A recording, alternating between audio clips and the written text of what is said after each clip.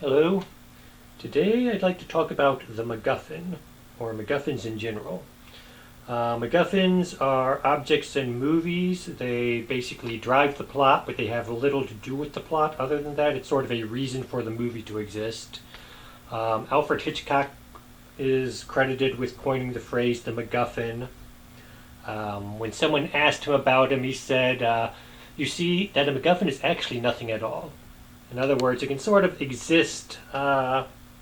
It starts the movie out, but it's not really important. So he used, Alfred Hitchcock wrote a lot of suspense movies, and that was his idea was a MacGuffin builds suspense and does nothing else really. Um, I've expanded that definition to just it drives the plot without really being necessary, just because that's sort of where the modern usage of it has gone.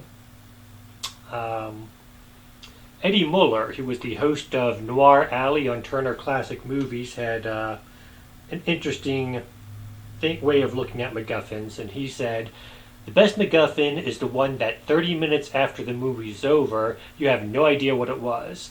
To me, that represents the essence of the MacGuffin. It's like you remember everything that happened in the story, but you have no idea what it was that they were after. Like, what was that again? I can't remember. And so that's the general definition. It fits well. Probably the most famous MacGuffin is the Maltese Falcon. It's the movie The Maltese Falcon, 1941. Humphrey Bogart. Everyone's looking for the Maltese Falcon except for Humphrey Bogart. Humphrey Bogart's actually trying to find out who killed his partner. And he's comes into contact with a bunch of people who are looking for this MacGuffin called the Maltese Falcon. And so, to some extent, he's looking for the Maltese Falcon because it will help him solve the crime he's looking for. And that's actually, you get to the end of the movie, it's all about the Maltese Falcon, and then you get to the end and it's like, no, I'm really looking for the guy who killed my partner. And you suddenly remember, oh yeah, that his partner died at the beginning of the movie. I forgot all about that. And so it's almost a reverse MacGuffin, except for the fact that, again, it doesn't have to be a Maltese Falcon. They could be looking for just about anything. In fact, there was another movie in 1980, The Man with Bogart's Face, which was largely a takeoff of the Maltese Falcon.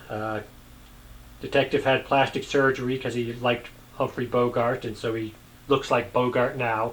And he gets caught up in this plot where these people are doing pretty much the same thing as in the Maltese Falcon. They're looking for the eyes of Alexander, which are two sapphires.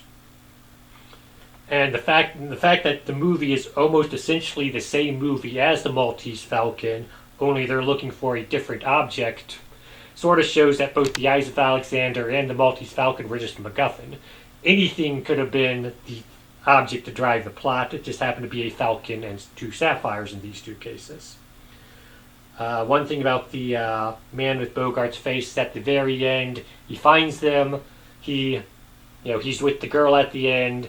He puts the sapphires down and says, "Here's looking at you, kid." So, okay, we have an object which you can make a good Bogart joke at the end of the movie because it's the eyes of Caesar or eyes of Alexander. Here's looking at you, and that's about the only purpose that particular MacGuffin served that no other MacGuffin could have served, except other jewels named after eyes, of course. So, the fact of the matter is, most movies about a heist, whatever they're trying to steal is a MacGuffin. The money is a MacGuffin. The artwork is a MacGuffin, whatever.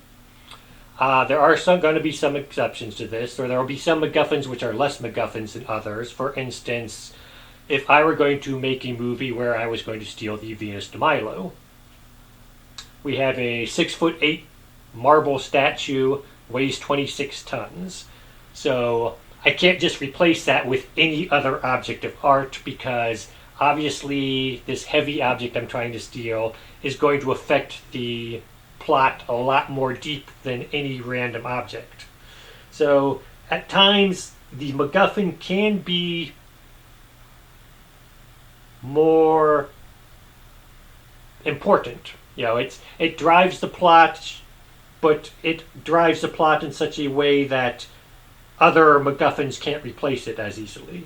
And sure, we could take any other statue and have me steal it, but just the point that our MacGuffin, the object we're trying to steal, is a lot heavier, or takes particular actions on my part to steal it, makes it less of a MacGuffin than just a random jewel or a random pile of cash or whatever, just because it forces me to take extra special actions. So, yeah, it drives the movie. It's not really important in the end, but it is important at certain points within the movie because other things won't work for it. One-Eyed Willie's treasure in the Goonies. That is, to some extent, it's a MacGuffin. They're looking for the treasure, and that's why they're crawling through these caves and doing all this stuff. However, at the end, it's the finding the treasure allows them to save their home. And they make it very much, there is a specific reason we are looking for this. It is more tied into the, it affects the people's lives more than just an object they're trying to find or an object they're trying to steal, because at the very end they end up saving their homes because they find the treasure. Also, a second thing on One-Eyed Willie's treasure is when they get to the end, they find the treasure, they're packing it up. One of them starts to reach for the treasure on the table in front of Willie, and someone says, "No, that belongs to Willie."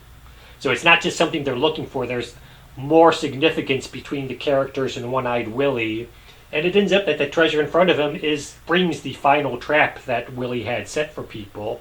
So it was a good thing that they made this moral decision not to try to take One-Eyed Willie's personal share of the treasure, because otherwise it would have had this consequence which would have completely changed the ending of the movie.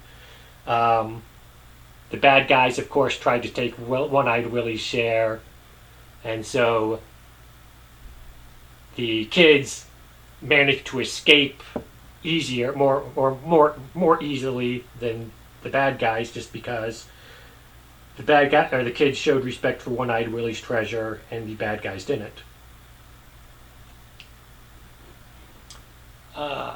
So, like I said, Hitchcock coined the phrase. So I'm looking online, and I'm finding all sorts of people are trying to find MacGuffins in all of Hitchcock's movies.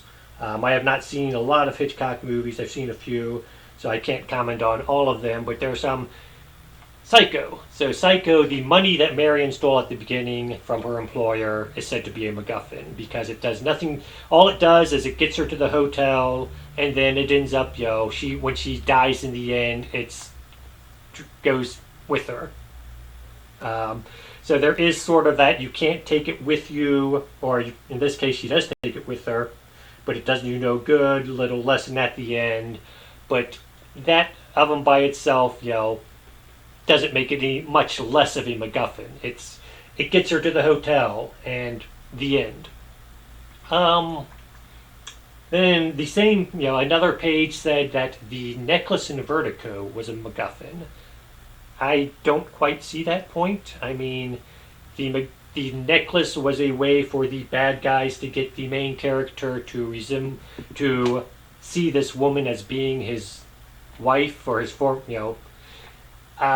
it served a very specific purpose. It didn't drive the plot, really. It was only in for a short time, so I don't see it as MacGuffin. It had a purpose, a one-shot purpose within the greater plot, as opposed to a major purpose which anything else could have taken its place for. So I don't see the necklace as being a MacGuffin.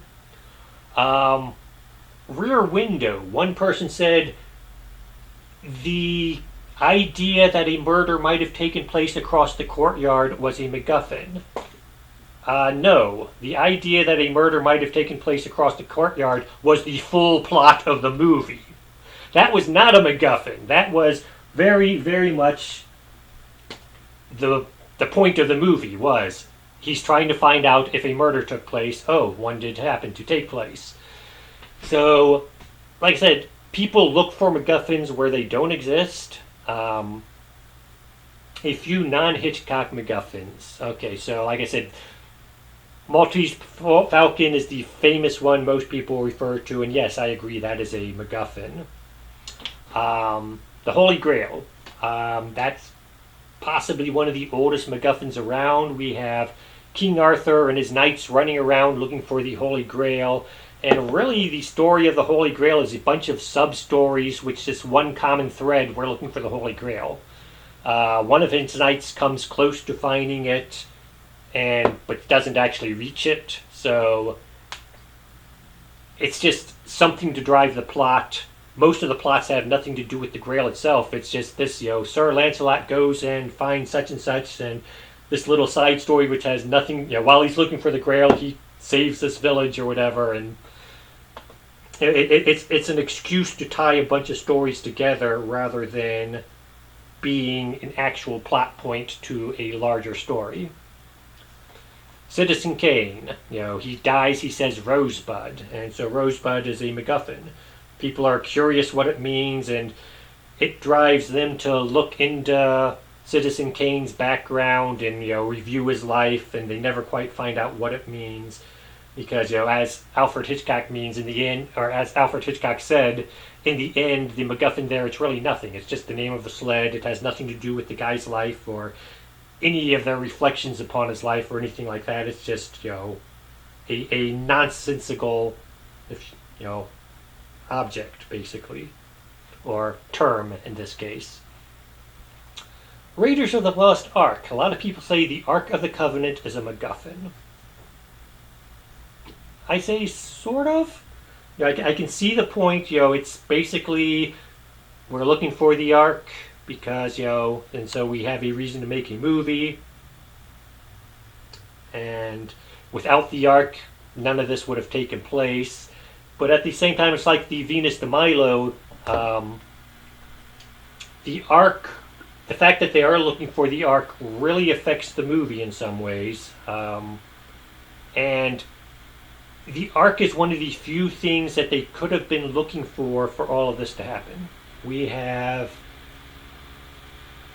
1930s, 1940s, the Germans were very actively looking for archaeological items. Takes place largely in the Middle East, where you would expect to find the Ark of the Covenant, which was during this time, during the war, was a very variable location. The Allies had parts of it, the Axis had parts of it, the border shifted back and forth. The locals had their alliances, but at the same time were sort of on their own. So the idea that we can have people from both sides in the same area and we don't have actual gunfire going off or any actual fighting going on is possible because just the location of it. Which again, the Ark of the Covenant would have happened in this location. It's a very powerful artifact, so we have a reason to want to stop them from finding it, and everyone wants to be the first one to get to it. And then you also have towards the end when Belak wants to open it and convinces the Germans to let him try. The Nazi officers are like, complaining because he wants to do this Jewish ritual. So it's, again, a very Ark-specific plot point there. So like I said, it's a MacGuffin in the sense that a lot of objects could have been used. Well, it's a MacGuffin in the sense that it drives the plot and doesn't do much more other than very end. It is less of a MacGuffin in the fact that it fits specifically the story. And, I just said a lot of objects could have been used. I was wrong there. Very few objects actually could have been used to replace the Ark of the Covenant in Raiders of the Lost Ark. Then we get to things. One site, the Wizards of Oz, sorry about that. Dorothy trying to get home was a MacGuffin. Not really. I mean, yes, it was a goal for her to go for. It drove the plot a little bit, but we might as well say that the lion searching for his courage or the scarecrow searching for a brain or whatever was also a MacGuffin. it's very. Most of us would want to get home if we found ourselves in a strange land.